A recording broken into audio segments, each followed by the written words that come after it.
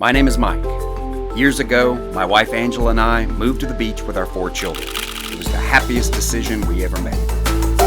I created a beach lifestyle brand called 30A, and now we travel the globe in search of beautiful beaches and happy souls.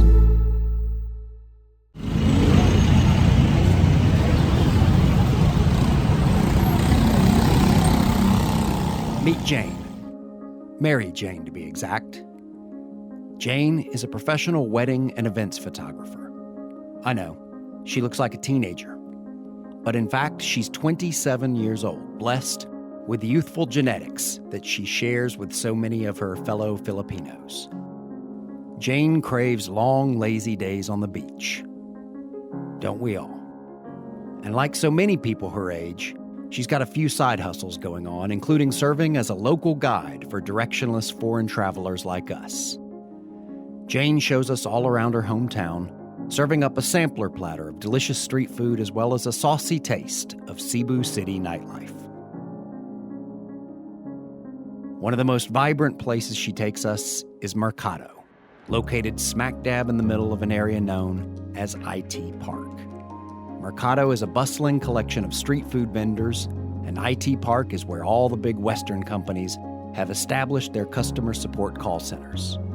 After all, English is the primary language here in the Philippines, and well, labor is embarrassingly cheap. Jane says she's thinking about getting a job here. I ask her what it would be like to work in IT Park. She says the job requires that she works 8 hours a day, 6 days a week, from midnight to 8 a.m. every single day except Sunday. The monthly pay is about 13,000 Philippine pesos. That's about $250 per month.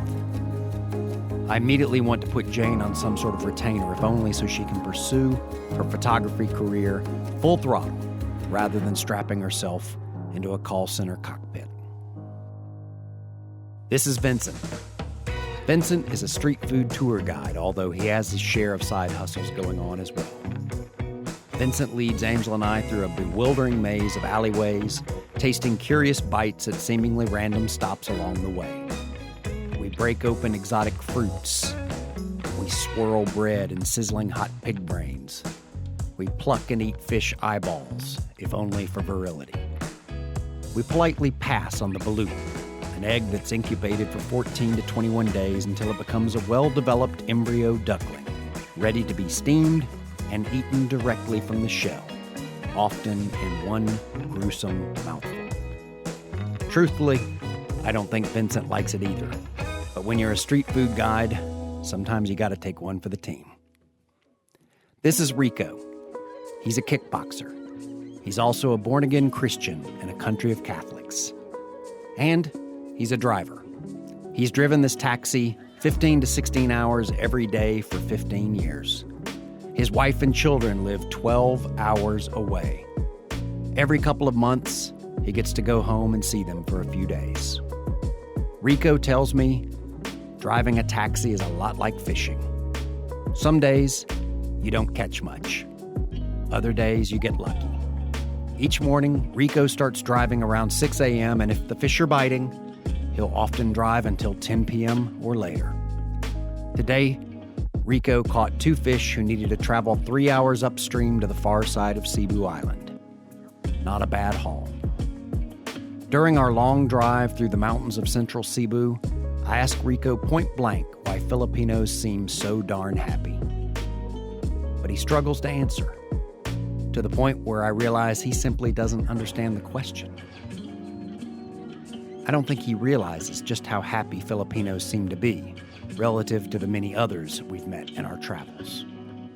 He simply shrugs with a smile.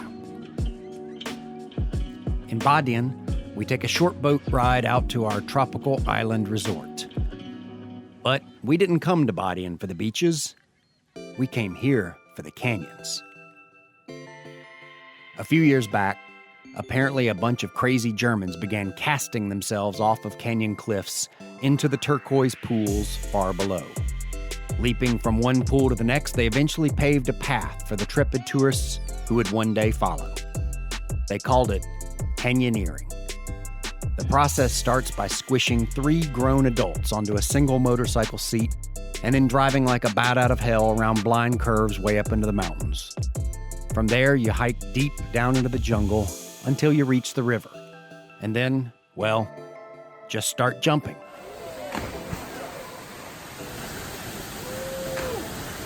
Canyoneering is the sort of activity that you'll rarely find in the U.S. The legal liabilities are too high. There's no wheelchair access here. There are no handrails. Just a few signs indicating which way to haul ass in the event of a flash flood. I notice all of those trails tend to lead uphill rather sharply. Canyoneering's a lot like life. You start at one end having no clue what to expect.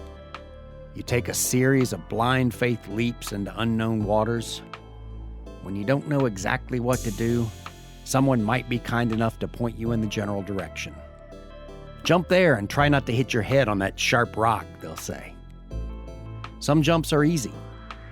They're fun. Others are terrifying. Angela braved a 40-foot plummet while I sat quite contently on the sidelines. Life is not always as safe as it looks. But it's not as dangerous as it looks either. Pick the jumps that make you happy.